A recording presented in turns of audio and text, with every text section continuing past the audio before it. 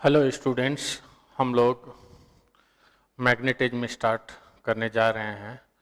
Magnetism वाला part हमारे JEE के लिए, इवन एडवांस के लिए, दोनों के लिए इम्पॉर्टेंट होता है और साथ में ये इजी भी पड़ता है अपने को एग्ज़ाम में करने के लिए। हम कंपेयर करें इसको, हम अगर इसको कंपेयर करें मैकेनिक्स के साथ, तो मैकेनिक्स में अपने देखते हैं मल्टीपल कंसेप्चुअल क्वेश्चंस पॉसिबल होते हैं और एग्जाम्स में आते हैं, जिसमें एक भी कंसेप्ट मिस होता है तो अपना क्वेश्चन रॉन्ग हो जाता है और अपने मार्क्स नेगेटिव हो जाते हैं। लेकिन magnetic effect of current magnetism में ये पॉसिबिलिटी काफ़ी कम है। सिंगल या ज़्यादा में ज़्यादा क्या होगा, दो कंसेप्ट मिला के क्वेश्चन आएंगे, मोर देन टू कंसेप्ट के पॉसिबल नहीं होते हैं। ये एग्ज़ाम में आसानी से हम लोग कर सकते हैं, JEE में भी और एडवांस में भी। जितने भी स्टूडेंट्स तैयारी करने वाले होते हैं एडवांस के लिए स्पेशली, वो लोग इलेक्ट्रोमैग्नेटिज्म वाला पार्ट बहुत अच्छे से तैयार करते हैं, क्योंकि इसमें अगर आपने अच्छे से प्रैक्टिस कर ले, अच्छे से प्रिपरेशन कर ले, तो ये पार्ट आपका रॉन्ग नहीं होता है। मैकेनिक्स में रॉन्ग होने के चांस हमेशा ही रहते हैं, मल्टीपल कंसेप्चुअल क्वेश्चंस उसमें पॉसिबल होते हैं, लेकिन इसमें ऐसा नहीं है। इलेक्ट्रोमैग्नेटिज्म मतलब इलेक्ट्रोस्टेट, जिसके अंदर कैपेसिटर भी आ जाता है, current, electricity, magnetic effect of current, magnetic force on moving charge, magnetic force on current carrying elements, alternating current और इलेक्ट्रोमैग्नेटिक इंडक्शन, ये वाला पार्ट माना जाता है। और ये पेपर में अगर अपने कंपेयर करें तो अप्रॉक्सीमेटली 15 to 20% आता है। अगर हम बात करेंगे JEE में भी 25 क्वेश्चंस में से अप्रॉक्सीमेटली 5 क्वेश्चन तो इससे आते हैं, और ऐसे आते हैं ये आसानी से हम लोग वहाँ पे कर सकते हैं।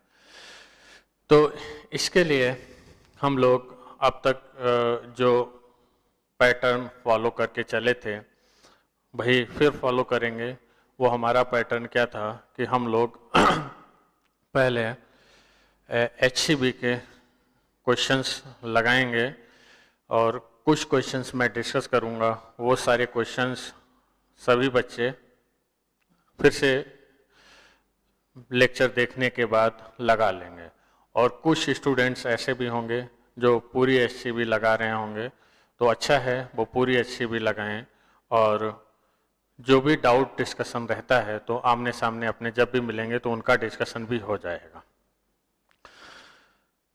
इसमें कुछ पार्ट्स ऐसे भी होते हैं, थ्योरेटिकल पार्ट्स, जिनका क्वेश्चन बोर्ड में तो आता है बट JEE और एडवांस में तो कभी नहीं आता है। तो उन पार्ट्स पे हम लोग टाइम अपना स्पेंड नहीं करेंगे। जैसे इसमें आपका एक पार्ट आता है अर्थ मैग्नेटिक फील्ड वाला चैप्टर रहता है छोटा सा, एक चैप्टर रहता है प्रॉपर्टीज ऑफ मैग्नेटिक मटेरियल वाला, उसमें भी ऐसा कोई क्वेश्चन नहीं आने की चांस रहते हैं, तो उसमें टाइम अपने स्पेंड नहीं करेंगे। और इसी तरह से एक चैप्टर हमारा परमानेंट मैग्नेटिज्म वाला भी होता है छोटा सा। तो ये चैप्टर्स अगर हम लोग अपने बोर्ड लेवल पे भी अच्छे से पढ़ लेते हैं, अगर रेयरली क्वेश्चन आया तो भी वो क्वेश्चन आपका जितना आप पढ़ेंगे, मॉड्यूल लगाएंगे, उसे सॉल्व हो जाएगा, उसमें अपने को डिफ़िकल्टी नहीं आएगी। बट जो मेन क्वेश्चन आते हैं, 99% क्वेश्चन आते हैं, वो आते हैं ओनली 4 चैप्टर्स हैं मैग्नेटिज्म के अंदर, उनसे आते हैं। एक होता है जिसमें मैग्नेटिक इफेक्ट ऑफ करंट, दूसरा होता है magnetic force on moving charges, तीसरा होता है इलेक्ट्रोमैग्नेटिक इंडक्शन, चौथा होता है AC। ये 4 चैप्टर्स में से ही मैक्सिमम क्वेश्चन आएंगे, जेई में भी और एडवांस में तो कभी भी इन 4 के बाहर कोई क्वेश्चन आज तक नहीं पूछा गया है। तो हम लोगों को अपना स्कोर मैक्सिमाइज करने के लिए इस बात का भी ध्यान रखना है कि जहाँ से मैक्सिमम क्वेश्चन आते हैं उस पर हमें अपने को स्ट्रेस देके, प्रेशर देके तैयारी करनी है। वो पार्ट अपने को स्ट्रॉन्ग करना है, पूरा मजबूत कर लेना है, जिससे वहाँ गलती ना हो। अब इसके बाद अगर हम बात करते हैं तो ऑलरेडी हमने हर लेक्चर में लगभग डिस्कस किया है कि हम लोग कुछ क्वेश्चंस HCB के लगाएंगे। रिमेनिंग क्वेश्चंस कुछ लोग लगा रहे होंगे, कुछ लोग शायद नहीं भी लगा रहे होंगे। तो जो लोग नहीं लगा रहे हैं वो जो क्वेश्चंस डिस्कस हो रहे हैं वो फिर से एक बार रिपीटेड मैनर में घर पे लगा के देख लेंगे। अगर कोई परेशानी आती है तो उसको फिर से आप लेक्चर को रिपीट करके देख सकते हैं। जिस पॉइंट पे प्रॉब्लम है वो पॉइंट आप रिपीट करके देख सकते हैं, तो वो चीज़ क्लियर हो जाएगी। उसके बाद भी नहीं होती है तो फर्दर हम सभी लोग हैं आपकी हेल्प के लिए। आप व्हाट्सएप भी कर सकते हो और कॉल भी कर सकते हो, या आप जो है डायरेक्टली जब भी ओपन होता है उस दौरान भी पूछ सकते हो। ठीक है, तो हम लोग मैग्नेटिक इफेक्ट ऑफ करंट वाला चैप्टर शुरू करेंगे। हम लोग मैग्नेटिक इफेक्ट ऑफ करंट शुरू करते हैं और जो चैप्टर करेंगे उसमें जितनी थियरी रिक्वायर्ड है वो थियरी भी एक बार मैं रिकैप कर दूंगा, उसके बाद क्वेश्चंस पे आएंगे। चलिए,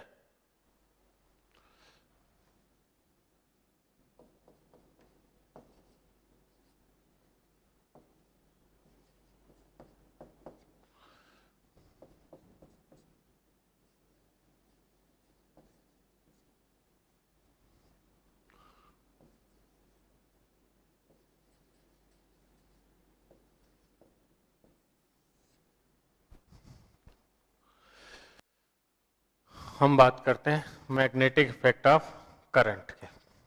चलिए, इसमें सबसे पहले बायो-सेवर्ट लॉ,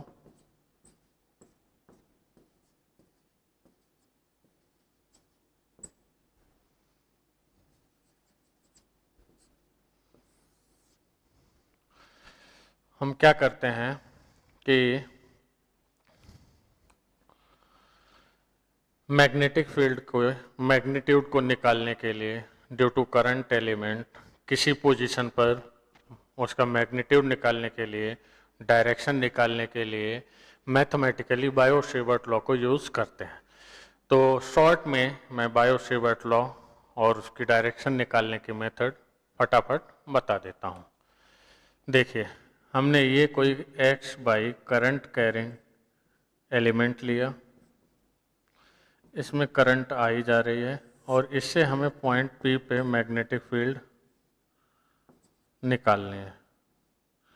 ये हमने करंट एलिमेंट लिया हुआ है dl। ये करंट एलिमेंट आपका करंट की डायरेक्शन में लेना है। ये ध्यान रखना है, करंट एलिमेंट हमेशा आपको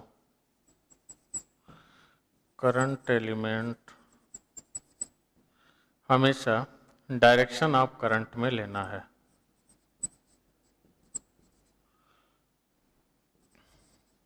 डायरेक्शन ऑफ करंट। अब हम क्या करते हैं, सारी बातें हमें पहले भी पढ़ी हुई होती हैं। पॉइंट P पे मैग्नेटिक फील्ड निकालने के लिए क्या करना होता है, क्या नहीं करना होता है, सिंपली फार्मूला हम समझेंगे इसका। तो ये हम लोगों ने पढ़ा होता है, dB equals to mu naught upon 4 pi I dl cross r upon r cube. मतलब ये है जो मैग्नेटिक फील्ड मिलेगा वो आपका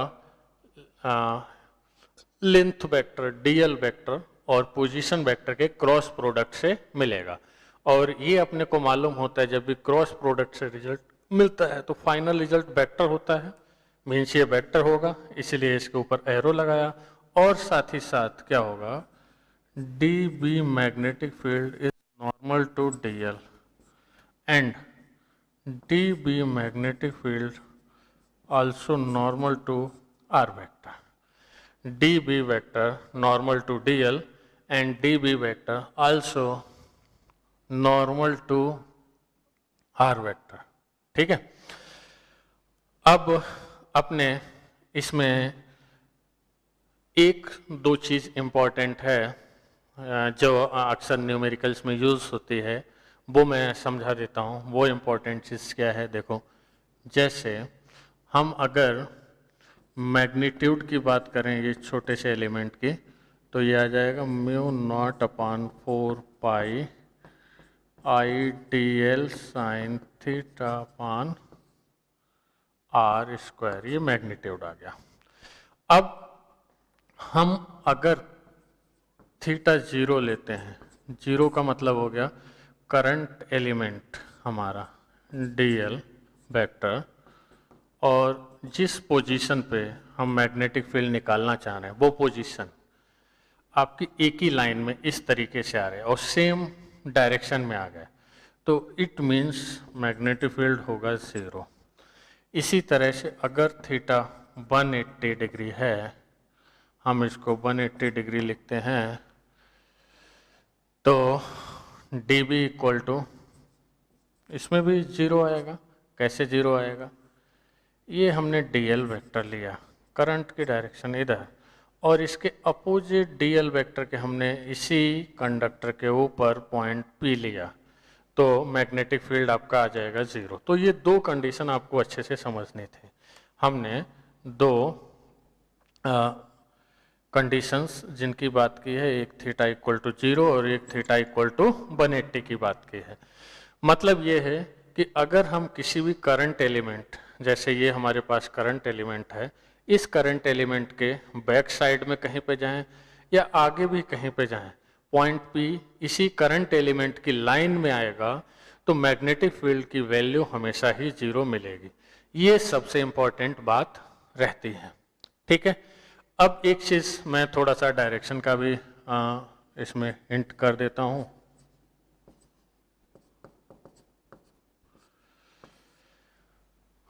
डायरेक्शन की भी अगर हम बात करें तो राइट हैंड थंब रूल लगता है। राइट हैंड थंब रूल में क्या होता है कि पहले वेक्टर को हम दूसरे वेक्टर में टर्न करते हैं, तो थंब जिधर डायरेक्टेड होगा, तो इसमें हम यही करंट एलिमेंट लेते हैं, और डीएल वेक्टर ये है और ये करंट आई, और हमने ये लिया पॉइंट पी,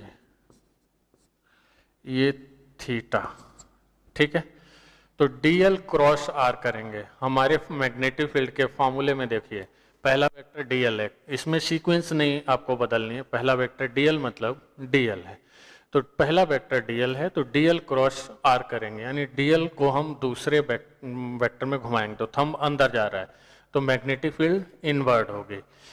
या ऐसे समझ सकते हो, हम पहले वेक्टर को रोटेट करेंगे दूसरे वेक्टर में, तो रोटेशन कैसा होगा, क्लॉकवाइज, तो इनवर्ड होगी। या तीसरा मेथड ये है, आप यहाँ पे खड़े हो जाइए, पॉइंट पे खड़े हो जाएंगे, तो ये करंट आपको कैसी दिखाई देगी, क्लॉकवाइज फ्लो होते हुए, तो इनवर्ड होगी। क्लॉकवाइज करंट दिख रही है तो मैग्नेटिक फील्ड इनवर्ड होगी। इन सभी मेथड्स में क्लॉकवाइज आपका रोटेशन वाला मेथड या करंट का ऑब्जर्वेशन वाला मेथड तब तक अच्छा रहता है जब तक कि बोर्ड के प्लेन में आपका करंट कैरिंग सिस्टम रखा हुआ है। अगर हमने करंट कैरिंग सिस्टम बोर्ड के नॉर्मल रखा है, तो उस केस में थोड़ी सी प्रॉब्लम आती है। तो अपने को पता तो राइट हैंड थंब रूल भी होना ही चाहिए, जिसमें मैंने फिर एक बार रिपीट कर दूं क्योंकि बार बार यूज होगा ये। फर्स्ट वेक्टर को हम टर्न करेंगे सेकेंड वेक्टर में, तो जिधर थंब जाएगा वही डायरेक्शन होगी मैग्नेटिक फील्ड की।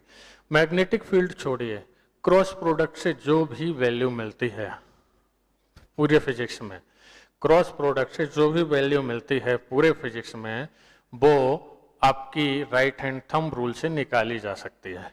इसमें फिर मैं बता दूं, डीएल वेक्टर हमने लिया, डीएल क्रॉस आर करेंगे, डीएल थंब अंदर की तरफ जा रहा है, तो मैग्नेटिक फील्ड इसमें कैसा हो जाएगा, इनवर्ड। इनवर्ड का सिंबल हम लोग क्रॉस लेते हैं, ठीक है। पी पॉइंट पे मैग्नेटिक फील्ड इनवर्ड हो जाएगा। इसको ऐसे भी रट देंगे, क्लॉकवाइज करंट तो भी इनवर्ड, क्लॉकवाइज करंट तो भी इनवर्ड। अगर हम इसमें ये है करंट एलिमेंट हमने सेम लिया और बट पॉइंट ऑफ ऑब्जर्वेशन हमने अपोजिट साइड में ले लिया, पी ऐसे, ये थीटा है। तो अब डीएल क्रॉस आर करते हैं, डीएल क्रॉस आर करेंगे तो थंब ऊपर की ओर जाएगा, मतलब इधर के जितने भी पॉइंट्स होंगे इस कंडक्टर के, इधर के जितने भी पॉइंट्स हैं सभी पे मैग्नेटिक फील्ड आउटवर्ड। जैसे यहाँ पे देखोगे तो इधर के जितने भी पॉइंट्स हैं सब में कैसी होगी, इनवर्ड। अब यहाँ पे भी फिर से दूसरे मेथड भी लगा के देखते हैं। यहाँ से खड़े होके देखो तो पहले वेक्टर को दूसरे में घुमाओगे तो रोटेशन कैसा करना पड़ रहा है, एंटी क्लॉकवाइज। या आप यहाँ पे खड़े होके देखो, ये करंट आपको कैसी दिखाई दे रही है, एंटी क्लॉकवाइज फ्लो होते हुए। तो इस केस में जो मैग्नेटिक फील्ड है वो आपकी आउटवर्ड हो जाएगी। इस केस में जो आपकी मैग्नेटिक फील्ड है वो आउटवर्ड हो जाएगी, ठीक है। तो ऐसे भी अब रट लेते हैं, ये कब है, जब एंटी क्लॉकवाइज, ऐसे लिख देता हूं शॉर्ट में, ए सी डब्ल्यू। आउटवर्ड के लिए डॉट सिंबल यूज किया जाता है, इनवर्ड के लिए क्रॉस यूज किया जाता है, ठीक है। तो ओवरऑल दो बातें अब इम्पॉर्टेंट हैं, वो रट लेनी है आपको। वो ये है कि जब भी हम मैग्नेटिक फील्ड किसी एलिमेंट से, किसी वायर से, किसी कंडक्टर से कैलकुलेट करेंगे तो करंट एलिमेंट की लाइन पे जब भी पॉइंट आएगा तो उस पॉइंट पे मैग्नेटिक फील्ड की वैल्यू होगी 0। करंट एलिमेंट की लाइन पे जब भी पॉइंट पे आएगा तो वहां पर मैग्नेटिक फील्ड की वैल्यू 0 होगी। और दूसरी बात इंपॉर्टेंट इसमें यह थी कि मैग्नेटिक फील्ड आपकी लेंथ वेक्टर, डीएल वेक्टर, उसके भी नॉर्मल होगी और पोजीशन वेक्टर उसके भी नॉर्मल होगी। ये क्रॉस प्रोडक्ट से रिजल्ट मिला, इसीलिए डायरेक्शन लोकेट करने में हमें थोड़ी सी प्रॉब्लम आती है। क्यों आती है, क्योंकि अगर हमने डीएल और आर बोर्ड के प्लेन में लिए तो जाहिर सी बात है डायरेक्शन इन दोनों के नॉर्मल होगी। अगर हमने करंट कैरिंग सिस्टम बोर्ड के नॉर्मल लिया हुआ है इस तरीके से तो जाहिर सी बात है फिर बोर्ड में आएगी। अगर बोर्ड के साथ थीटा एंगल पे लिया है तो अगेन फिर उसके नॉर्मल लाएगी। जैसा इलेक्ट्रिक फील्ड में होता था कि पोजीशन आर को मिलाने वाली लाइन में अवे फ्रॉम चार्ज या टुवर्ड्स द चार्ज, इसमें ऐसा नहीं है। तो एक डिफिकल्ट पार्ट पूरे मैग्नेटिज्म में मेरे हिसाब से जो होता है वो होता है केवल आपका डायरेक्शन डिसाइडिंग पार्ट। तो उसके मैंने 3 मेथड बताए। फर्स्ट वेक्टर यानी डीएल वेक्टर को हम सेकेंड में कन्वर्ट करेंगे, राइट हम थंब रूल, ये इंपॉर्टेंट लॉ है, इसको अपने को दिमाग में रखना ही है। इससे अब थंब जिधर जाएगा उधर डायरेक्शन होगी। या आप रोटेशन जब डीएल वेक्टर का करेंगे तो देखिए रोटेशन क्लॉकवाइज हो रहा है तो इनवर्ड, एंटी क्लॉकवाइज हो रहा है तो आउटवर्ड, क्लॉकवाइज हो रहा है तो इनवर्ड, एंटी क्लॉकवाइज हो रहा है तो आउटवर्ड, ठीक। या करंट को आप देख लीजिए खड़े होके, जिस पॉइंट पे आप ऑब्जर्वेशन लेना चाह रहे हैं वहां से देखने पे करंट अगर क्लॉकवाइज फ्लो होती है तो इनवर्ड, एंटी क्लॉकवाइज फ्लो होती है तो आउटवर्ड होगा। चलिए आगे चलते हैं अब इसमें।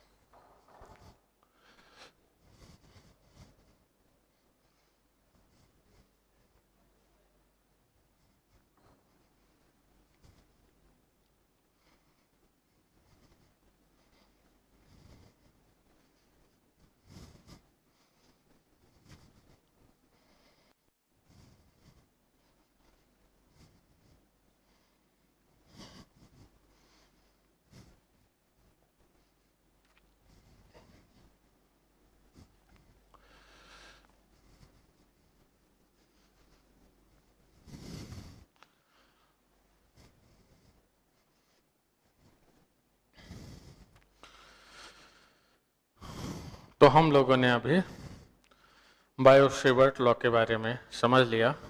मैग्नेटिक इफेक्ट ऑफ करंट पढ़ने में सबसे इम्पोर्टेंट बायो-सेवर्ट लॉ ही होता है। इसमें जैसे इलेक्ट्रोस्टैट में सबसे इम्पोर्टेंट कूलम्स लॉ होता है, सेम मैनर में मैग्नेटिज्म में बायो-सेवर्ट लॉ होता है। बायो-सेवर्ट लॉ से ही सारी चीज़ें आगे बढ़ते हैं। चलिए अब एप्लीकेशन की बात कर लेते हैं हम लोग।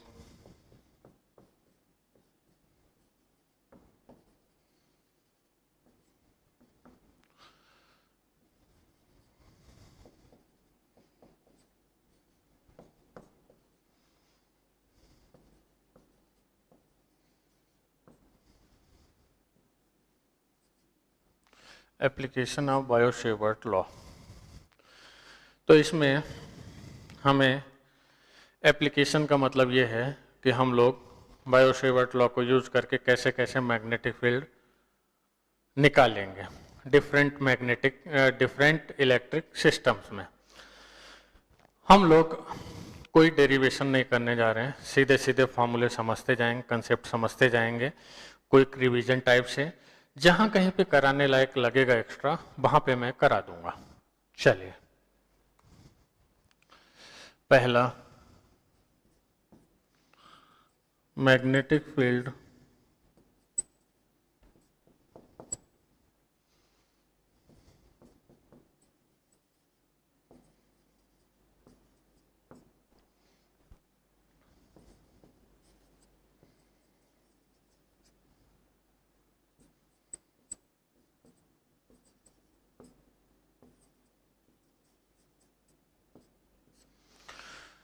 Magnetic field due to circular loop at centre.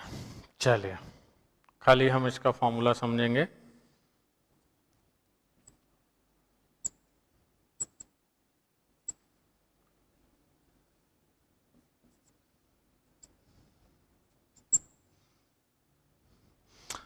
इसमें सपोज कीजिए क्लॉकवाइज करंट फ्लो होते हुए हमने ली, तो सेंटर से देखेंगे तो हर एलिमेंट की डिस्टेंस कैपिटल आर होगी, मतलब रेडियस के बराबर होगी, और हर एलिमेंट के साथ जो रेडियस है वो 90 डिग्री का ही एंगल बनाएगा। तो सेंटर पे अपने देखते हैं तो परफेक्ट सिमेट्री मिलती है सर्कुलर मोशन के लिए, सर्कुलर पाथ के लिए। बट हम सेंटर से हट जाएं, लेफ्ट राइट ऊपर नीचे कहीं पे भी हट जाएं, तो सिमेट्री खत्म हो जाती है। इट मीन्स सर्कल के सेंटर पे जो चीज हम पढ़ते हैं, इसका मतलब सर्कल के सेंटर पे ही वो होगी, इधर उधर पॉसिबल नहीं होगी। चलिए, तो सर्कल के सेंटर पे मैग्नेटिक फील्ड का फॉर्मूला होता है μ0I/2R। ये डेरिवेशन हम लोगों ने किया होता है, तो सीधा फॉर्मूला हम लोग समझ लेते हैं। μ0I/2R ये आता है। अब इसमें अगर नंबर ऑफ टर्न्स n है, जैसे एक लूप है तो ये होगा, 2 लूप होंगे तो इंटू 2 हो जाएगा, 3 लूप होंगे तो इंटू 3 हो जाएगा, 4 लूप होंगे तो इंटू 4 हो जाएगा। इसी मैनर में अगर n लूप होंगे तो n टाइम्स आ जाएगा। ये ध्यान रखना है, खास ध्यान रखना है, ये सेंटर पे ही है, सेंटर से हटके इधर उधर किसी पॉइंट्स पे नहीं है। चलिए, तो if number of turns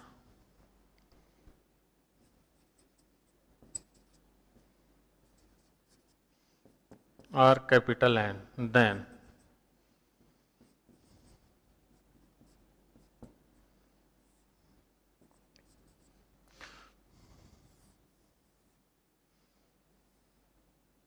B equal to μ0NI/2R। हमने थिन वायर के लूप लिए, एक लूप, फिर दूसरा लूप, फिर तीसरा लूप, सभी सेम रेडियस के लूप रखे और सेम डायरेक्शन में करंट फ्लो हो रहा है, तभी ये वैलिड होगा। और यहाँ पे क्लॉकवाइज करंट फ्लो हो रहा है, तो मैग्नेटिक फील्ड आपका इनवर्ड, इनवर्ड मतलब सिंबल लगाएंगे तो क्या होगा, क्रॉस, तो ये इनवर्ड मैग्नेटिक फील्ड आएगा। ठीक है, चलिए अब जो है इसमें एक चीज और ध्यान रखना है, ये मैंने क्या बोला कि परफेक्ट सिमेट्री का केस है, तो आधा रिंग अगर होगा तो इसका हाफ हो जाएगा, 1/4 रिंग होगा तो इसका 1/4 हो जाएगा, 1/3 होगा तो 1/3 हो जाएगा। इट मीन्स ये है कि रिंग के किसी छोटे से पार्ट का भी मैग्नेटिक फील्ड निकालना हो तो अपने सिमेट्रिक मैनर में निकाल सकते हैं। जैसे अगर हमने ये रिंग का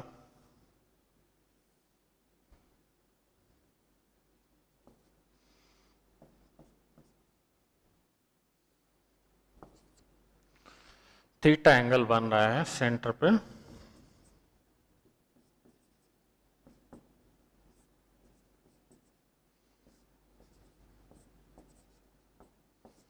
ये फॉर्मूला इसका हम लोग पढ़ लेंगे, बट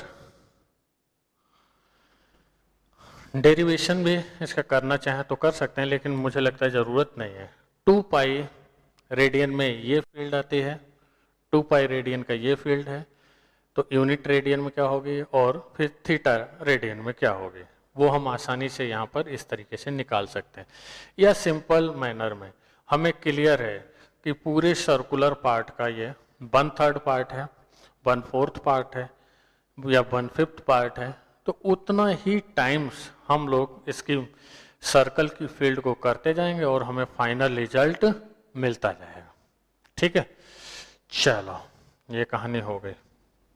अब इसमें हम बात करते हैं दूसरी, magnetic field due to straight conductor.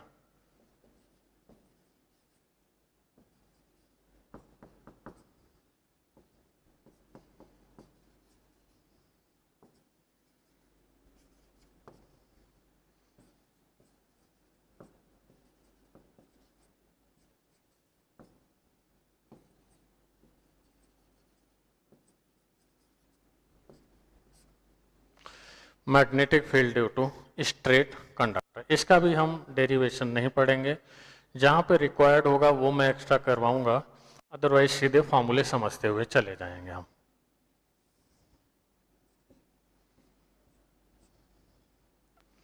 देखिए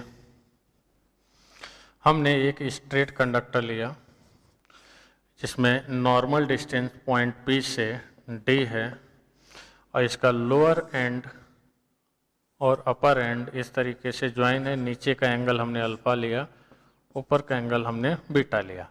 लोअर एंड का एंगल अल्फा, अपर एंड का angle beta.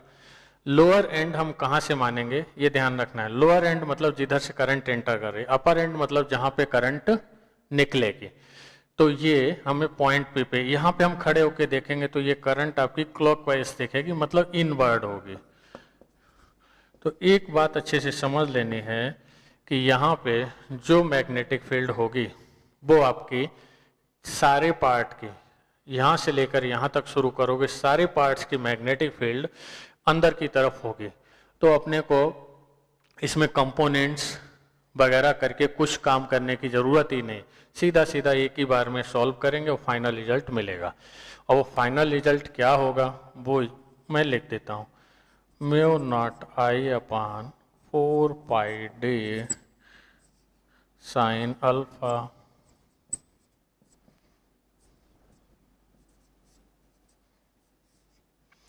Plus sine beta, b equal to mu naught I upon 4 pi d sine alpha plus sine beta. ये आपका जो है final result होगा। अब इस रिजल्ट की हम लोग एनालिसिस अभी करते हैं अच्छे से, लॉन्ग वायर के लिए, मतलब इनफाइनाइट लेंथ के लिए, सेमी इनफाइनाइट के लिए, या शॉर्ट पार्ट के लिए, छोटे से पार्ट के लिए, सबकी एनालिसिस अभी 1 बाय 1 करते हैं।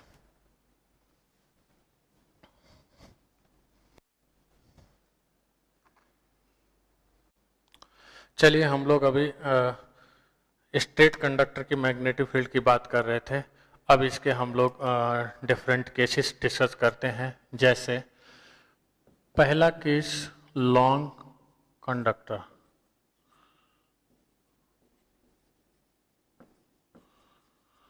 लॉन्ग कंडक्टर मतलब इनफाइनाइट लेंथ की बात करते हैं।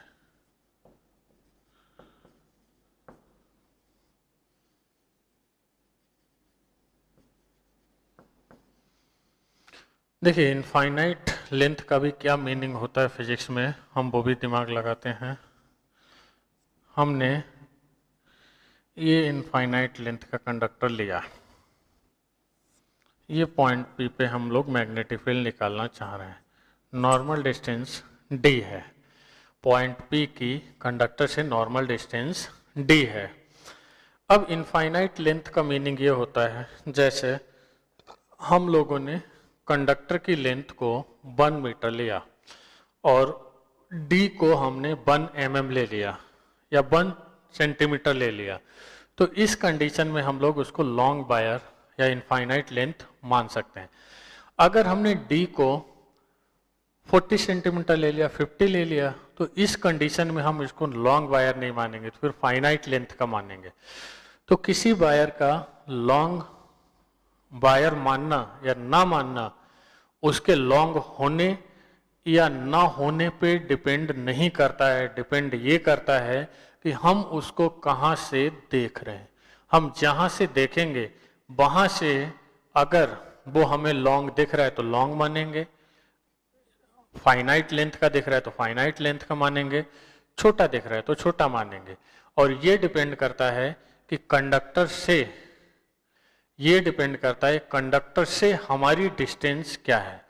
अगर हमारी डिस्टेंस कंडक्टर के लेंथ से काफ़ी स्मॉल है तो उस कंडीशन में हम कंडक्टर को लॉन्ग वायर मान के चलेंगे। तो इस केस में हम अल्फा और बीटा दोनों की बात करेंगे तो वो 90 हो जाएंगे। तो B equal to mu naught I upon 4 pi t sine 90 plus sine 90 sine 91, यानी ये सॉल्व करने पे क्या आ जाएगा, mu naught I upon 2 pi D.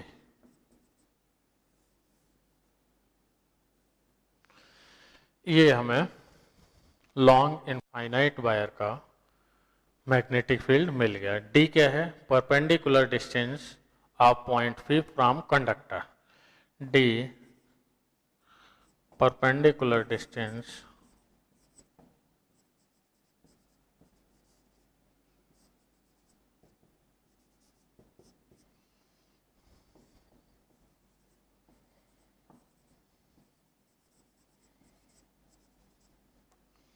Perpendicular distance of point p from conductor. चलिए अब इसमें हम लोग बात करते हैं, अगर ये सेमी इनफाइनाइट का केस हो। सेमी इनफाइनाइट का मतलब क्या हो जाएगा, एक तरफ से इनफाइनाइट लेंथ है और दूसरे एंड के ऊपर ही डिस्टेंस डी आ जाती है, तब क्या करेंगे, देखिए सेमी इनफाइनाइट लेंथ,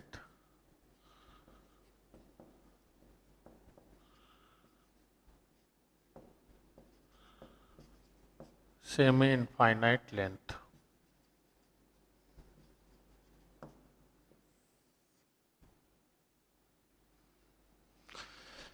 देखिए सेमी इनफाइनाइट लेंथ मतलब दो तरह से देखेंगे, एक बार हम लोअर एंड से और एक बार अपर एंड से। देखो ये इन्फिनिटी लेंथ ऊपर तक जा रही है और नीचे से देखेंगे पॉइंट पी लोअर एंड को ही मिला रहा है, तो इस केस में अल्फा आपका 0,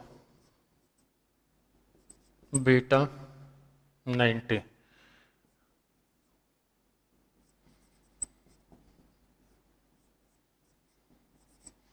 बी इक्वल टू हो जाएगा mu naught I upon 4 pi D. इसी तरीके से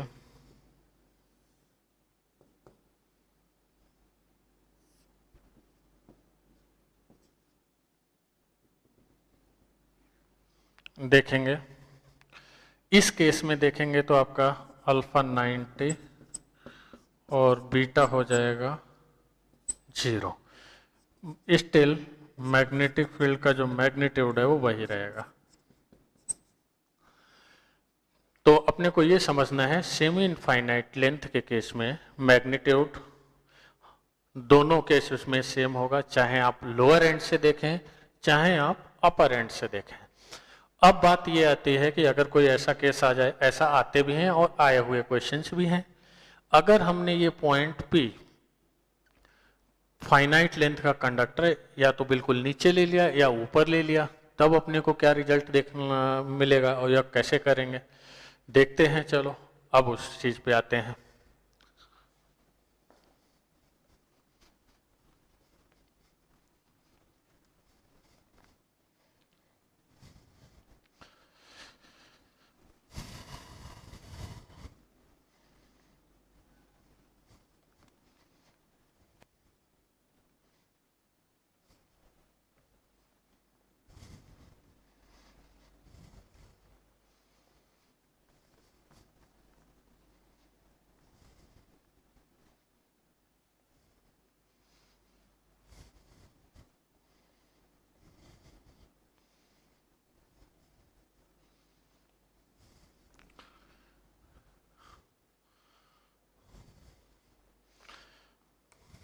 चलिए अब थर्ड केस पे आते हैं। इसमें क्या है,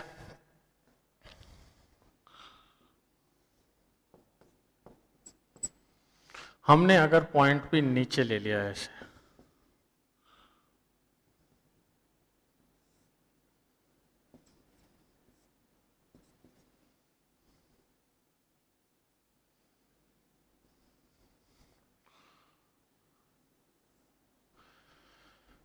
तो आपका अल्फा तो ये और बीटा ये। अल्फा मतलब मैंने बताया था, अल्फा हमें कौन सा एंगल लेना है जिधर से करंट एंटर करेगी। ये ध्यान रखना, नहीं तो क्वेश्चन गलत हो जाएंगे। अल्फा किधर से लेना है, जिधर से करंट एंटर करेगी। बीटा कौन सा लेना है, जिधर से करंट लीव करेगी, जिधर से करंट बाहर निकलेगी, वो अपना एंगल बीटा लेना है। हम लोगों ने जब रिजल्ट समझा था, इसका फार्मूला समझा था, तो उस केस में क्या था, हॉरिजॉन्टल के साथ नीचे का एंगल अल्फा और ऊपर का एंगल बीटा। बीटा तो अभी भी हॉरिजॉन्टल से ऊपर की तरफ ही है, मतलब क्लॉकवाइज है। अल्फा भी आपका ऊपर आ गया, मतलब क्लॉकवाइज आ गया। तो अल्फा का कन्वेंशन बदल गया, अल्फा का कन्वेंशन बदल गया, अल्फा का साइन बदल गया। एक तरह से अल्फा पहले नीचे था और अब अल्फा ऊपर आ गया। अब आपका अल्फा और बीटा दोनों ऊपर आ गए। बीटा तो पहले भी ऊपर था, तो जो फार्मूला हमने पढ़ा है वहां पे अल्फा की जगह पे माइनस अल्फा रख देंगे, बीटा की जगह पे जैसा था प्लस बीटा ही रहने देंगे। तो रिजल्ट क्या आ जाएगा, होगा तो अभी भी इनवर्ड ही होगी ये magnetic field, B equal to mu naught I upon 4 pi d sine minus alpha plus, मतलब ये आ जाएगा आपका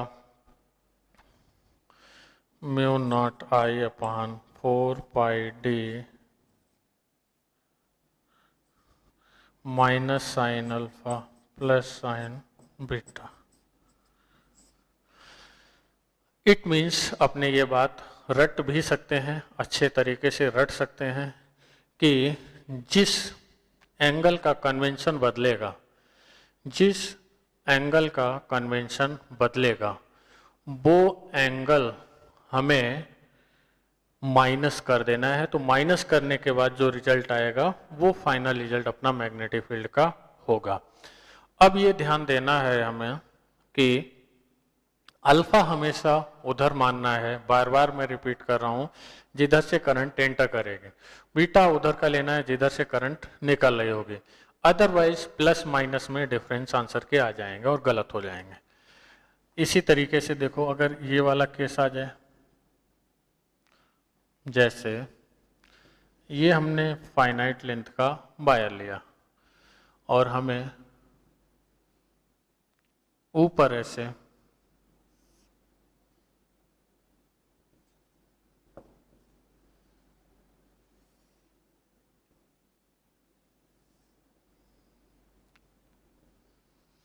ये देखो बीटा होगा और ये अल्फा होगा।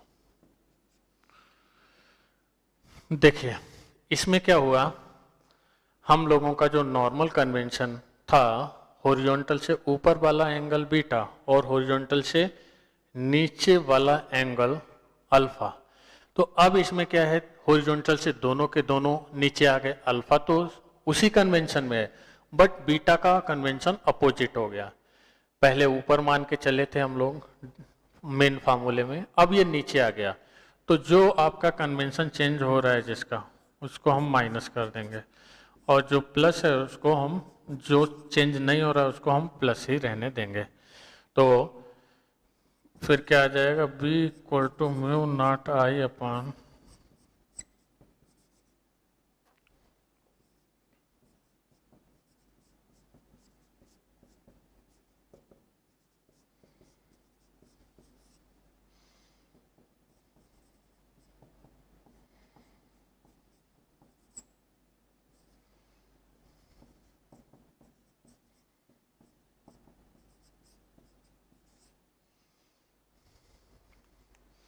ठीक है, तब ये वाला आ जाएगा। तो कुल मिला के अपने पास 4 केस होते हैं, इनसे हट के कोई क्वेश्चन कहीं पे नहीं आएगा स्ट्रेट कंडक्टर में। फिर से मैं एक बार रिकैप कर दूं, एक इनफाइनाइट लेंथ का जिसमें अल्फा और बीटा दोनों 90 होंगे, सेमी इनफाइनाइट लेंथ जिसमें से एक 90 और एक 0 होगा। वो डिपेंड करता है कि आपने पॉइंट पी लोअर एंड की तरफ लिया है या पॉइंट पी अपर एंड की तरफ लिया हुआ है। तीसरा जो केस है वो ये है कि आपने छोटा सा कंडक्टर स्ट्रेट लिया है और उस कंडक्टर से नीचे की तरफ आप मैग्नेटिक फील्ड देखना चाह रहे हैं, तब इसमें ये कंडीशन है। छोटा सा कंडक्टर आपने लिया, उस कंडक्टर से ऊपर डी डिस्टेंस पे, डी नॉर्मल डिस्टेंस पे पॉइंट पी पे मैग्नेटिक फील्ड देखना चाह रहे हैं, तो उसके लिए ये कन्वेंशन आपका हो जाएगा, ये रिजल्ट आ जाएगा। चलिए अब अपने आगे बढ़ेंगे इसमें। चलिए अब हम लोग magnetic field due to circular loop at an axial position वो भी समझ लेते हैं।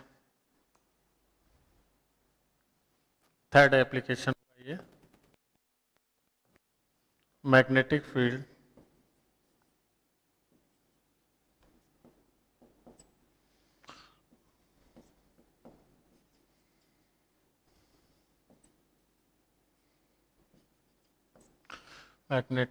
Due to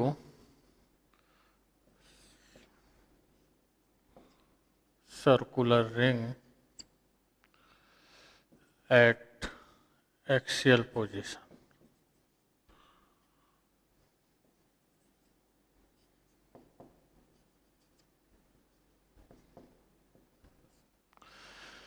magnetic field due to circular ring at axial position. देखिए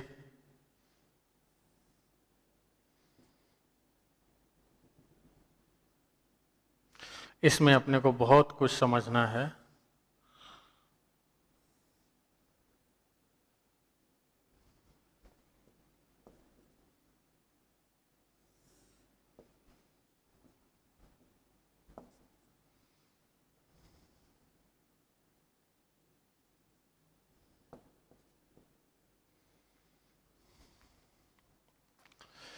इसमें हम लोग कोई भी सर्कुलर रिंग लेते हैं, सर्कुलर रिंग का आधा पार्ट बोर्ड के अंदर है जिसको मैंने डॉटेड डॉटेड दिखाया है, और इसकी रेडियस कैपिटल आर है, सेंटर ओ है। तो इस तरीके से सर्कुलर रिंग हुआ। सेंटर से पास होने वाली जो लाइन है नॉर्मल टू द रिंग, वही क्या बोली जाएगी, एक्सिस। तो एक्सिस की किसी भी पोजीशन पे अपने पॉइंट पी लेते हैं तो उसके हम लोग नाम देंगे एक्सियल पोजीशन, नाम देंगे एक्सियल पोजीशन। अब देखिए एक्सियल पोजीशन आप लेफ्ट साइड लेते हैं या राइट साइड लेते हैं उससे मैटर नहीं करता है, हम दोनों में से किसी भी साइड लेके फील्ड की बात कर सकते हैं। अब हम इसमें डायरेक्ट फार्मूला ही समझेंगे, बस थोड़ा सा कंसेप्ट मैं क्लियर कर देना चाहता हूँ, उसके बाद अपने बात करेंगे। देखिए ये पूरा का पूरा आपका एक इलेक्ट्रिक सिस्टम है, ये छोटा सा पार्ट नहीं है। जिस तरीके से कूलम्स लॉ पॉइंट चार्ज में अप्लाई होता था, किसी बड़े चार्ज डिस्ट्रीब्यूशन में अप्लाई नहीं होता था। सेम मैनर में मैग्नेटिक फील्ड निकालने के लिए वायो-सेवर्ट लॉ भी एक छोटे से पार्ट में अप्लाई होता है, पूरे करंट सिस्टम में अप्लीकेबल नहीं होता है। तो इसमें हम छोटा सा एक एलिमेंट ऊपर लेंगे,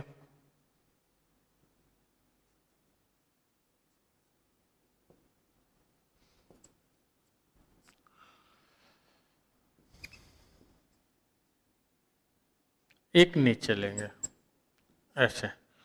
अब इसकी वजह से हम यहाँ पे मैग्नेटिक फील्ड लिखेंगे, इसकी वजह से यहाँ पे मैग्नेटिक फील्ड लिखेंगे, और मान लेते हैं ये एंगल थीटा है तो ये एंगल भी थीटा ही होगा। DL क्रॉस करेंगे ऐसे, DL क्रॉस करेंगे तो आपका जो मैग्नेटिक फील्ड है DL के भी नॉर्मल होगा, R के भी नॉर्मल होगा। ऐसे देखो ये है DL और ये R, DL और R के बीच का एंगल 90 है, बट DL क्रॉस R करेंगे ऐसे तो थंब ये जा रहा है। तो इसका मतलब ये है कि ऊपर वाले एलिमेंट की मैग्नेटिक फील्ड इधर और नीचे वाले की इधर होगी। तो इसमें ये थीटा है तो ये भी थीटा ही होगा, नीचे वाला भी थीटा ही होगा ऐसे। तो आप देखेंगे ये कंपोनेंट कैंसिल हो जाएंगे और ये ऐड हो जाएंगे।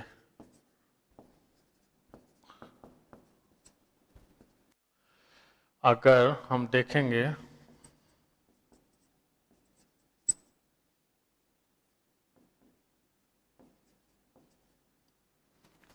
ये कंपोनेंट कैंसिल हो जाएंगे और ये ऐड हो जाएंगे हॉरिजॉन्टल वाले।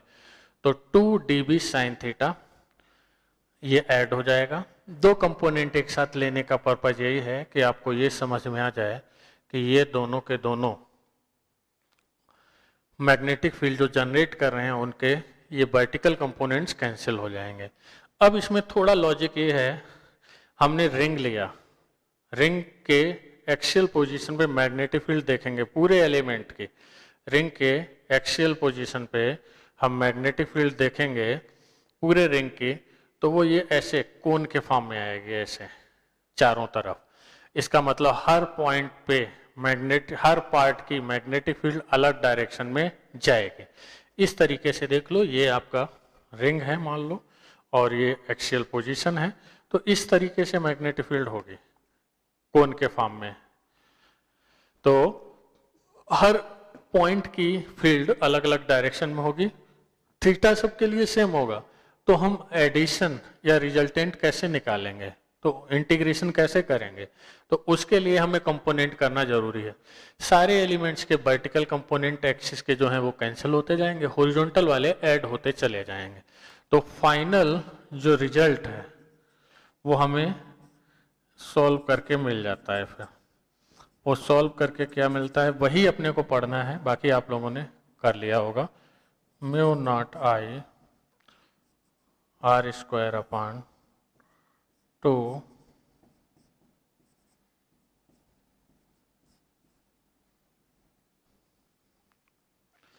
ये आता है। ये आपका मैग्नेटिक फील्ड का रिजल्ट आ जाएगा। और डायरेक्शन कैसी होगी ये। अब यहाँ पे ध्यान से आप देखें तो डायरेक्शन की बात अच्छे से करें तो ये होगा कि आप यहाँ पे खड़े होके देखेंगे तो ये करंट आपको कैसी दिख रही है, एंटी क्लॉकवाइज। कैसी दिख रही है करंट, एंटी क्लॉकवाइज। तो मैग्नेटिक फील्ड कैसी होगी, सेंटर से बाहर की तरफ। और यही करंट आप यहाँ से खड़े होके देखेंगे ऐसे तो कैसी दिखेगी, क्लॉकवाइज। तो इधर से अंदर की तरफ। मतलब ये है कि अगर हमने ये एलिमेंट लिया हुआ इस तरीके से तो इसमें मैग्नेटिक फील्ड की डायरेक्शन एक ही होगी, मैग्नेटिक फील्ड की डायरेक्शन एक ही होगी लेफ्ट साइड और राइट साइड में। ये आपका मैग्नेटिक फील्ड का केस बनेगा। जबकि अपने इलेक्ट्रिक फील्ड चार्ज की पढ़ते थे तो इधर से देखने पे इधर आती थी पॉजिटिव चार्ज की और इधर से देखने पे इधर आती थी, जबकि इसमें मैग्नेटिक फील्ड में ऐसा नहीं है। चलिए अब इसकी थोड़ी सी हम और एनालिसिस करते हैं जिससे आगे तक हमें कोई प्रॉब्लम ना हो। इसमें काफ़ी कुछ अपने सीख सकते हैं। देखिए, हम लोगों ने इसमें जो बात की है वो एक्सियल पोजीशन के x डिस्टेंस पे की। अगर नंबर ऑफ टर्न्स इसमें n हो तब if number of turns are n then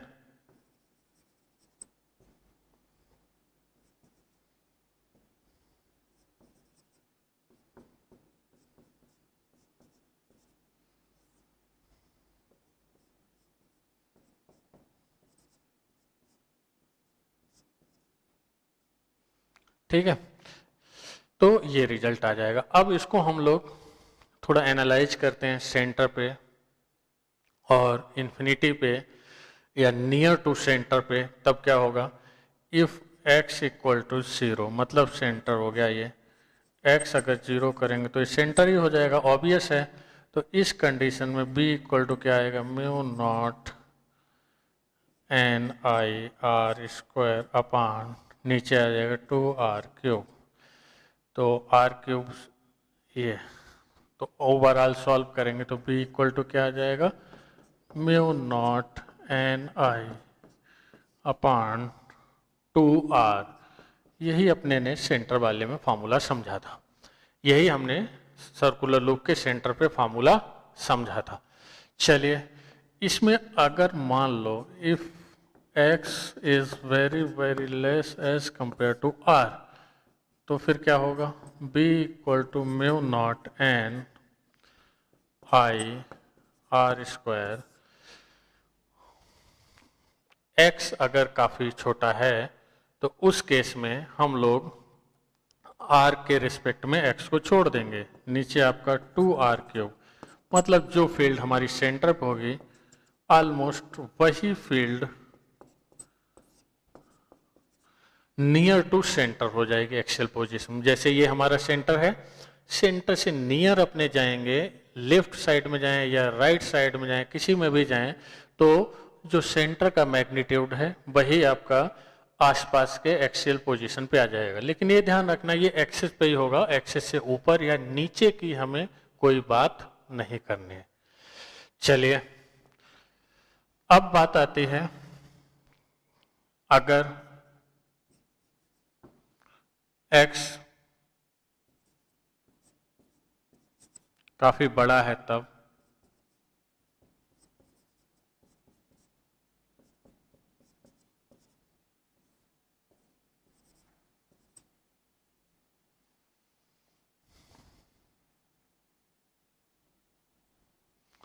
तब ये आ जाएगा, ठीक है, म्यू नॉट NIR² अपान 2x³। अगर इन रिजल्ट्स को हम लोग बहुत ऑब्जर्वेटरी मैनर में देखें, अगर हम इन रिजल्ट्स को बहुत ऑब्जर्वेटरी मैनर में देखें तो अपने को ये पता चलेगा कि ये लगभग इलेक्ट्रिक डाइपोल के इक्विवेलेंट रिजल्ट्स बनते जा रहे हैं। लगभग इलेक्ट्रिक डाइपोल के इक्विवेलेंट रिजल्ट्स बनते जा रहे हैं। चलिए, पहले हम इसका वेरिएशन देख लेते हैं, ग्राफिकल वेरिएशन कैसा होगा मैग्नेटिक फील्ड का, इसके बाद हम आगे की ओर बात करते हैं।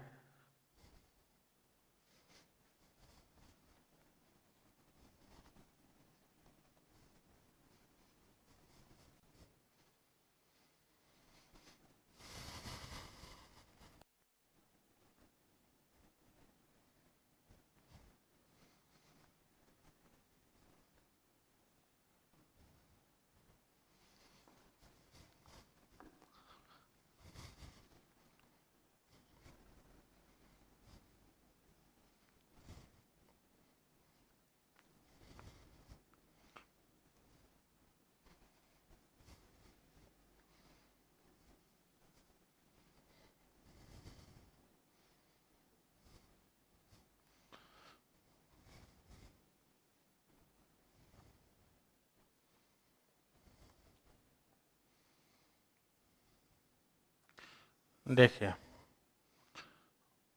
हम मैग्नीट्यूड ऑफ मैग्नेटिक फील्ड का वेरिएशन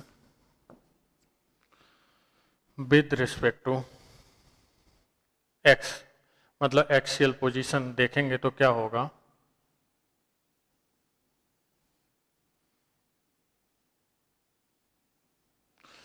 सेंटर के आसपास लगभग कांस्टेंट, उसके बाद कंटिन्यू तेजी से डिक्रीज होगा और ऑब्वियस है इन्फिनिटी पे जाके ये मैग्नीट्यूड 0 हो जाएगा। तो अपने को एक चीज बस खास ध्यान देने वाली है, हम पॉजिटिव एक्स की तरफ जाएंगे तो भी डायरेक्शन वही है, नेगेटिव एक्स की तरफ जाएंगे तो भी डायरेक्शन वही है। इसका बस एक ही कारण है, इसका बस एक ही कारण है कि हम लोग जो करंट पॉजिटिव एक्स से एंटी क्लॉकवाइज देखेंगे, जो करंट पॉजिटिव एक्स से एंटी क्लॉकवाइज देखेंगे, वही करंट नेगेटिव एक्सिस से क्लॉकवाइज दिखेगी। अल्टीमेटली फाइनल रिजल्ट क्या होगा कि दोनों से मैग्नेटिक फील्ड आपकी एक ही डायरेक्शन में मिल जाएगी। चलिए अब आगे की बात,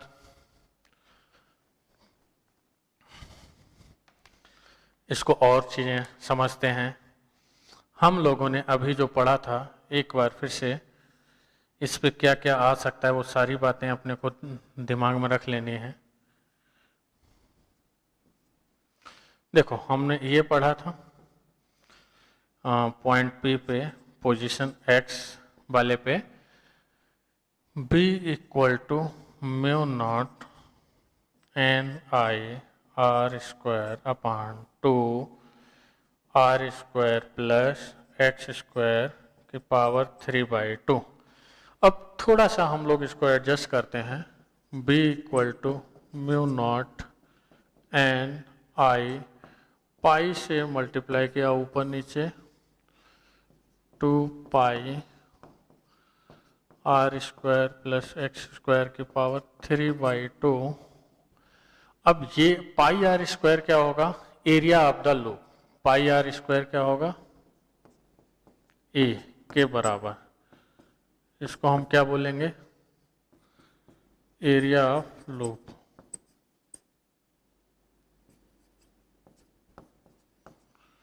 इसको हम क्या बोलेंगे, एरिया ऑफ लूप। और फिर ये मैग्नेटिक फील्ड ऐसे लिख सकते हैं, mu naught n I a upon 2 pi r square plus x square की पावर 3/2। अब एन आई ए, ये एक आपका इंपॉर्टेंट टर्म होता है, एन आई ए, ये आपका एम से डिनोट करते हैं और इसको बोलते हैं मैग्नेटिक मोमेंट।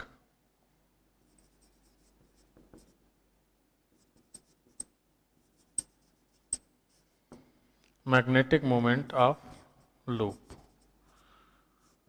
ये हो गया मैग्नेटिक मोमेंट ऑफ लूप। अब ये ध्यान रखना है, मैग्नेटिक मोमेंट आपका वेक्टर क्वांटिटी होती है। तो लेफ्ट साइड और राइट साइड में आप देखें, या इसको ऐसे लिख लें, m equal to N I ए। तो वेक्टर फॉर्म में अगर लिखेंगे तो n वेक्टर नहीं हो सकता, i नहीं हो सकता, तो इधर क्या हो सकता है, एरिया वेक्टर। तो इसको अपने ऐसे समझेंगे, मैग्नेटिक मोमेंट वेक्टर क्वांटिटी तो है, लेकिन इसकी डायरेक्शन वही होगी जो एरिया वेक्टर के। मैग्नेटिक मोमेंट हमेशा ही पैरेलल टू एरिया वेक्टर होगा, जो एरिया वेक्टर होगा लूप का उसी के पैरेलल मैग्नेटिक मोमेंट लूप का मिलेगा। ठीक है, इसका मतलब ये मैग्नेटिक मोमेंट होने के लिए लूप के अंदर एरिया का होना जरूरी है, तो ही मैग्नेटिक मोमेंट मिलेगा। अब बात करते हैं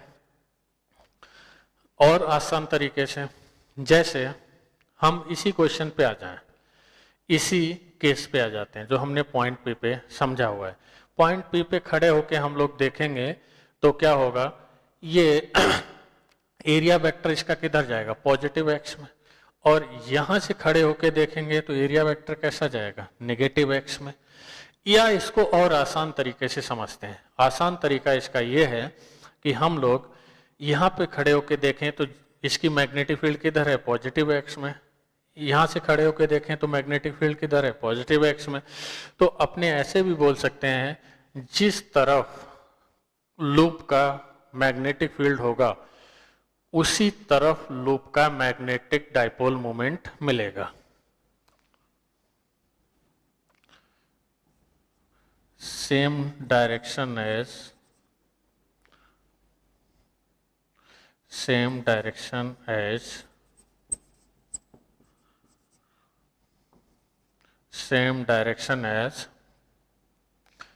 field of loop, same direction as field of loop, same direction as field of loop, ऐसे भी अपने समझ सकते हैं बहुत आसान तरीके से। तो इस मैनर में हम लोग वेक्टर फॉर्म में इसको लिखेंगे तो क्या लिख सकते हैं, mu not 2m vector upon 4 pi r square plus x square की पावर 3/2। तो अपने को बिल्कुल ये इलेक्ट्रिक डाइपोल मोमेंट की याद दिला रहा है, इलेक्ट्रिक डाइपोल की याद दिला रहा है। बस ये है, वहाँ पे हम लोग 1/4 पाई एप्सिलॉन नॉट लेते थे, यहाँ क्या आ गया म्यू नॉट अपान 4 पाई। वहाँ पे E लेते थे सिंबल, यहाँ पे क्या आ गया B। वहाँ पे P होता था और यहाँ पे क्या आ गया M। बाकी चीज़ें आप देखेंगे बिल्कुल वही है।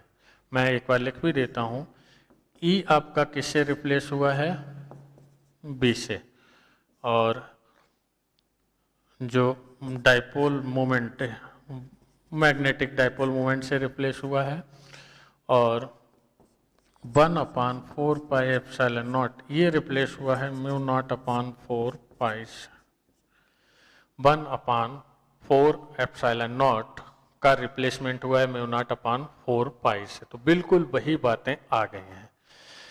और अगर x काफ़ी बड़ा है तो जो कंडीशन उसमें होती थी 1/4 pi epsilon not 2p/r³ axial position में, वही केस सेम यहाँ पे आ जाएगा। x is much greater than r, तो b इक्वल टू हो जाएगा mu not 2m vector upon 4 pi x³।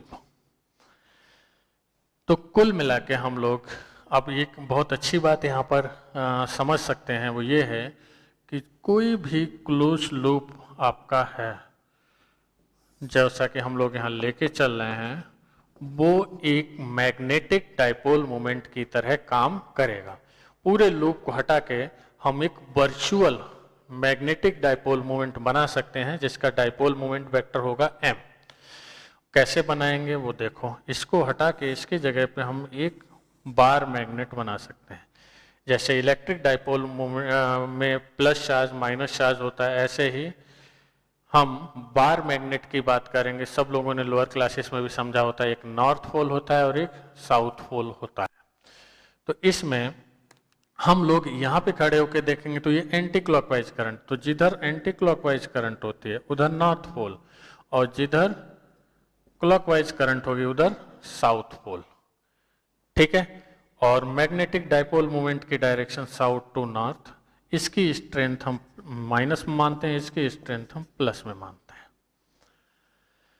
तो हम लोग एक लूप को बार मैग्नेट से कंपेयर करके हम काफ़ी सिंप्लीफाई कर सकते हैं रिजल्ट्स को, और जो रिजल्ट्स हमने इलेक्ट्रिक डाइपोल के पढ़े होते हैं, जैसे टॉर्क के लिए, पोटेंशियल एनर्जी के लिए, ऑसिलेशन के लिए, वो सारे के सारे रिजल्ट्स हम एक लूप में भी अप्लाई कर सकते हैं और अप्लाई करेंगे भी। ठीक है। एक बात बस आपको समझना है कि कोई भी क्लोज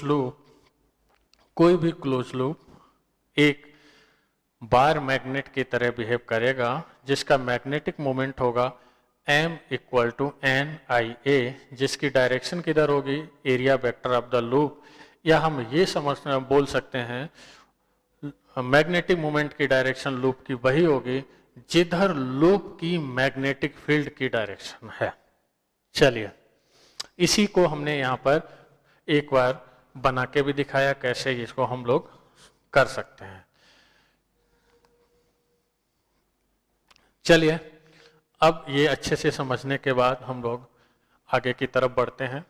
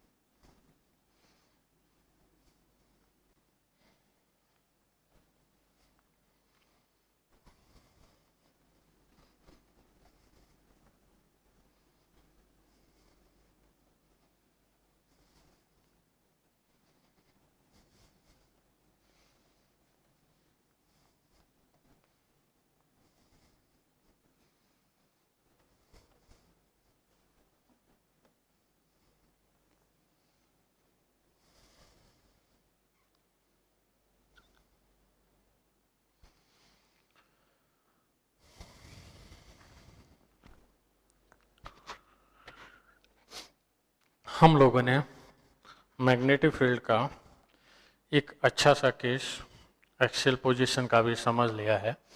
अब इसके बाद अपने आगे आते हैं magnetic field due to solenoid. तो मेनली आपके 4 केस रहते हैं। एक आपका सर्कुलर लूप के सेंटर वाला रहता है, उसके बाद सर्कुलर लूप के एक्सियल पोजीशन का रहता है, उसके बाद एक स्ट्रेट कंडक्टर का रहता है, और एक लॉन्ग सोलोनाइड का रहता है। तो सोलोनाइड लॉन्ग है या आपका शॉर्ट है, फाइनाइट लेंथ का है, वो सारे केस कवर करते हुए अपने पढ़ते हैं। चलिए,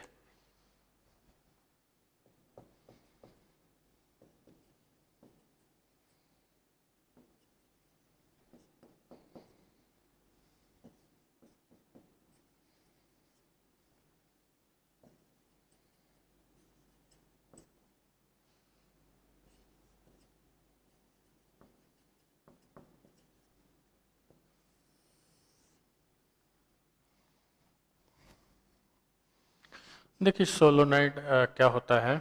सोलोनाइड आपका एक इंसुलेटेड कंडक्टर का स्प्रिंग जैसा शेप में बेंड किया हुआ इलेक्ट्रिक सिस्टम होता है। स्प्रिंग ही मान लो, उसमें करंट दे दी तो वो किसकी तरह काम करेगा, सोलोनाइड का। बस ये है इसमें ध्यान रखना कि वायर पूरी तरह से इंसुलेटेड होना चाहिए, अदरवाइज शॉर्ट सर्किट हो जाएगा। तो सारी चीज़ें जो हम लोग ऑब्जर्वेशन करने जा रहे हैं वो नहीं मिलेंगी, मीनिंगलेस हो जाएंगे। तो अपने को सोलोनाइड के लिए इंसुलेटेड वायर लेके ही काम करना रहता है। तो इंसुलेटेड वायर हमने लिया एक सोलोनाइड का,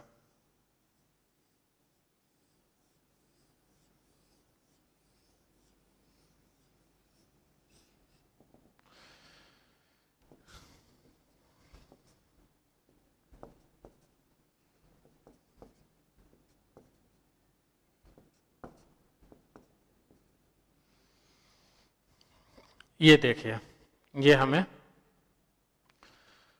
सोलोनाइड गिवन है। सोलोनाइड की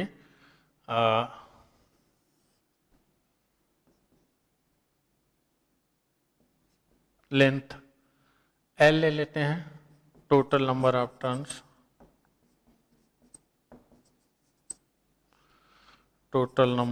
टर्न्स, कैपिटल N ले लेते हैं, और करंट I ले लेते हैं। Current in each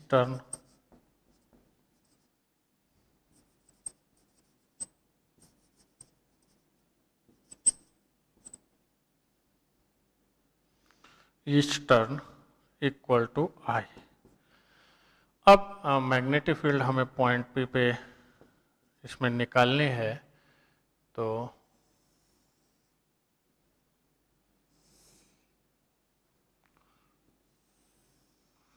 point P हमने अंदर एक्सिस का पॉइंट लिया, ये एक एंड हमारा अल्फा एंगल बना रहा है और दूसरा यहाँ से बीटा एंगल बना रहा है। एक एंगल अल्फा है पॉइंट पी पे हॉरिजॉन्टल के साथ एक एंड की बाउंड्री का, और दूसरे एंड की बाउंड्री का यहीं से उसी डायरेक्शन से उसी लाइन से बीटा एंगल है। तो जो मैग्नेटिक फील्ड आता है वो आता है B equal to mu naught n I by 2 cos alpha minus cos beta.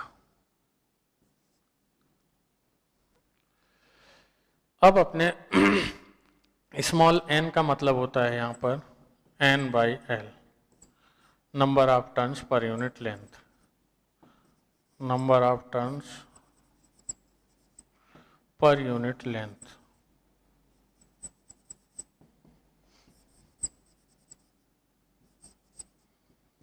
Number of turns per unit length. और अल्फा और बीटा एंगल क्या है वो हमने यहाँ पर दिखाए ही हैं आपको। तो अब अपने जो है अगर इसमें एक चीज़ और मैं क्लियर कर दूं पहले ही, डेरिवेशन जो लोग सीखना चाहते हैं कैसे आया कहाँ से आया उसका भी किया जा सकता है। सर्कुलर एक छोटा सा हम यहाँ पे पार्ट लेंगे, वो एक सर्कल की तरह काम करेगा, वो पॉइंट भी उसके लिए एक्सियल पोजीशन हो जाएगी, इंटीग्रेट करके ला सकते हैं। लेकिन वो चीज़ जब आप सामने आएंगे कभी तो पूछना चाहेंगे तो इसको मेन नोट करके रखिएगा, तो हम उसको अलग से डिस्कस कर लेंगे। चलो, इसमें अगर लॉन्ग सोलोनाइड है, रेडियस इसका हम यहाँ पे लिख लेते हैं small r. Long solenoid, long solenoid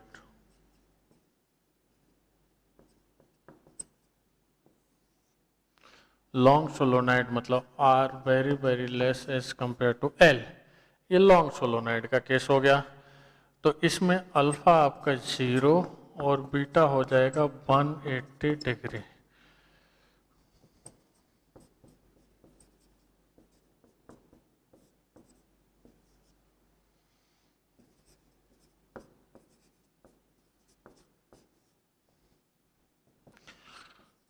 तो देखिए इसमें कोई भी टर्म बदलने वाला नहीं है, इसका मतलब ये यूनिफॉर्म मैग्नेटिक फील्ड अंदर हो गए, यूनिफॉर्म मैग्नेटिक फील्ड।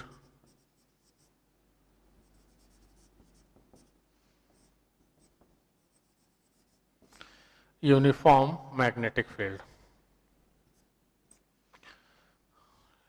ठीक है, यूनिफॉर्म मैग्नेटिक फील्ड अंदर की तरफ मिलेगी। अब अगर एंड पे बात करें, एट वन एंड,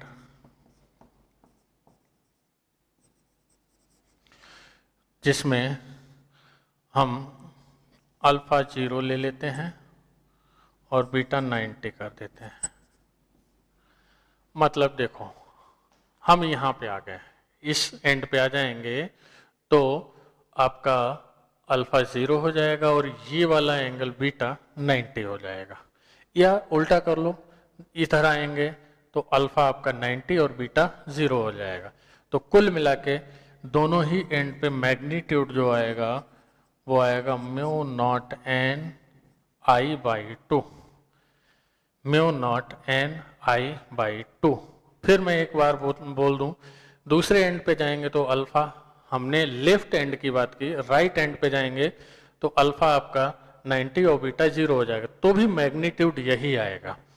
तो अपने को ये देखने में आया है कि एंड पे जो मैग्नेटिक फील्ड है वो अंदर के मैग्नेटिक फील्ड का आधा है।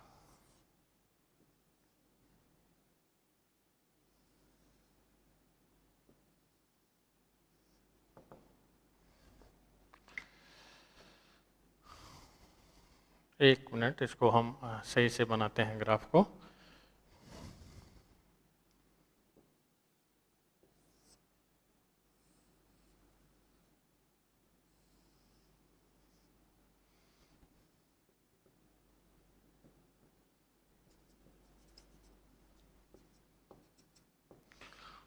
ये मैग्नेटिक फील्ड और ये सेंटर हो गया पॉइंट पी, सेंटर मतलब पॉइंट पी। फिर अपने इधर जाएं या इधर जाएं, मैग्नेटिक फील्ड के मैग्नीट्यूड का वेरिएशन ये रहेगा, डायरेक्शन चेंज होगी नहीं। और एंड पे मैग्नेटिक फील्ड आपका अंदर के मैग्नेटिक फील्ड का आधा होगा। अंदर मैग्नेटिक फील्ड कितना है, म्यू नॉट आई, और एंड पे क्या होगा, 1/2 म्यू नॉट एन आई, ये होगा। फिर मैं एक बार रिपीट कर दूं, यही 4 केस अपने ने जो डिस्कस किए हैं यही काम के होते हैं, इन्हीं पे क्वेश्चन सारे आएंगे। इसमें ये फार्मूला समझ लेना है। अगर ये फार्मूला नहीं समझते हैं तो हमारे दिमाग में हमेशा यही रहता है, वो ये रहता है हमारे दिमाग में कि मैग्नेटिक फील्ड सेंटर से एंड तक कांस्टेंट होती है, जबकि ऐसा नहीं है। एंड पे जाके, एंड से थोड़ा अंदर जाते तो कांस्टेंट ही मिलती है through out the, but and पे जाके हाफ हो जाती है, एंड पे जाके हाफ हो जाती है। और इसका डेरिवेशन का मैंने बोला, जो लोग सीखना चाहते हैं अपने मिलेंगे तो इसको नोट करके रखेंगे, हम लोग आगे डेरिवेशन को सीख लेंगे। बट डेरिवेशन सीखने से ज़्यादा ये कि अपना रिजल्ट सीख लिया, क्या क्या मीनिंग है इसमें, अल्फा कौन सा एंगल है, बीटा कौन सा एंगल है, लॉन्ग सोलोनाइड का मतलब लेंथ आपकी रेडियस से काफ़ी बड़ी होनी चाहिए, और एंड के लिए हमने क्या क्या बताया है। आप दोनों एंड पे देखेंगे कैलकुलेट करके, मैग्नीट्यूड की वैल्यू हाफ ही आएगी, ये हमने यहाँ पर कंप्लीट ग्राफ से भी दिखा दिया है। ओके, तो हम लोगों ने इस तरीके से मैग्नेटिक इफेक्ट ऑफ करंट में काफ़ी कुछ कवर कर दिया है। थियरी जितनी भी ज़रूरत थी वो लगभग मैंने कर दिए। तो थोड़ा सा जो एम्पियर्स लॉ वाला बचा हुआ है वो अपने नेक्स्ट क्लास में, वो एम्पियर्स लॉ का कुछ एक्सप्लेनेशन करने के बाद, कुछ क्वेश्चन एग्जाम्पल लेने के बाद फिर अपने HCV के क्वेश्चन पे आ जाएंगे। Okay, best of luck.